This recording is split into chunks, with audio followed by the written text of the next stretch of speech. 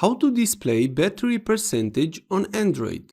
Showing the battery percentage on Android in addition to the default icon is essential if you want to keep a close eye on your device battery life. If you, like us, depend on your smartphone or tablet to get through the day, turn on battery percentage to check exactly how much battery is left. Luckily, the steps involving to always display the remaining battery life are not complicated. This tutorial illustrates how to turn on battery percentage on your Android smartphone or tablet. By default, Android devices do not show the remaining battery percentage on the status bar found on the top of the screen.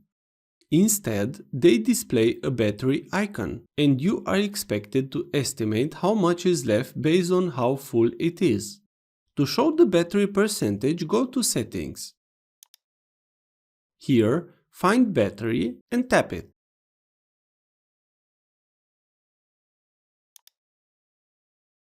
On this, find Battery Percentage.